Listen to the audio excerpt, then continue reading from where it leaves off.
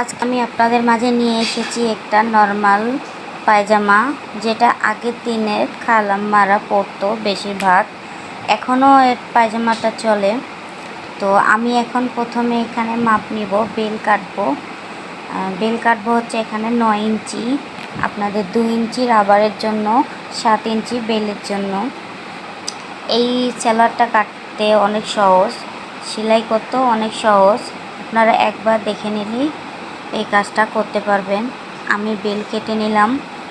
এখন হচ্ছে আমি নিচের অংশটা কাটিং করব। প্রথমে আমি কাপড়টা 4 ভাঁজ দিয়ে নিব। সবসময় আপনারা ভাঁজ যখন দিবেন, বন্ধ ভাঁজটা আপনাদের সামনে নেবেন আর খোলা দিকটা আপনি বাহির সেটে দিয়ে দিবেন। দেখুন আমি এখন এখানে 4টা পার্ট দেখাচ্ছি আপনাদেরকে। 4 পার্ট নেবেন, 4 পার্টে আপনাদের 2 পা হবে। এরপর হচ্ছে আমি এখন হাইয়ের মাপ নেব। এখানে আমি 11 ইঞ্চি নিচ্ছি। 2 সাইডে আধা ইঞ্চি করে সেলাইয়ে যাবে। এখানে আমার থাকবে মোট 10 ইঞ্চি। এরপর হচ্ছে আমি নিচে পায়ের মুখ নেব 6 ইঞ্চি।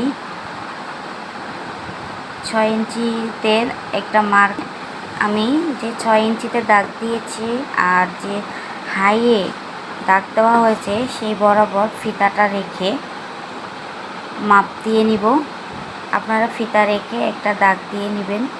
দাগ দিয়ে নেওয়ার পর কাটিং করবেন।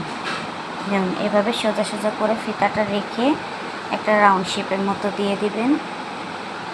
এটা হচ্ছে আপনাদের স্বাস্থ্য বা চিকন লোকের উপর আপনারা ডিপেন্ড করে দেবেন যে আপনার কাস্টমাইজটা কেমন, যে যার মাপে সেলাবেন সেই লোকটা কি চিকন না মোটা, ওই অনুযায়ী আপনারা লুজটা দিয়ে নেবেন। এখন হচ্ছে কাটিং করে নিচ্ছি। আর আমার ভিডিওটা ভালো লাগলে লাইক কমেন্ট শেয়ার করবেন বন্ধুদের মাঝে। এখন আমার কাটা হয়ে গেল। দেখুন কত সহজেই কাপড়টা কাটিং করা হলো। শুধু একটা পার্ট বের করে নিলে একটা সালোয়ার কমপ্লিট কাটিং করা। বাইরের কাপড়গুলো আপনারা ফিনিশিং দিয়ে নেবেন। এতটুকুই কাজ, এখানে আর কোনো বাড়তি কাজ নেই। নেক্সট ভিডিও আপনাদেরকে দেখাবো পরে।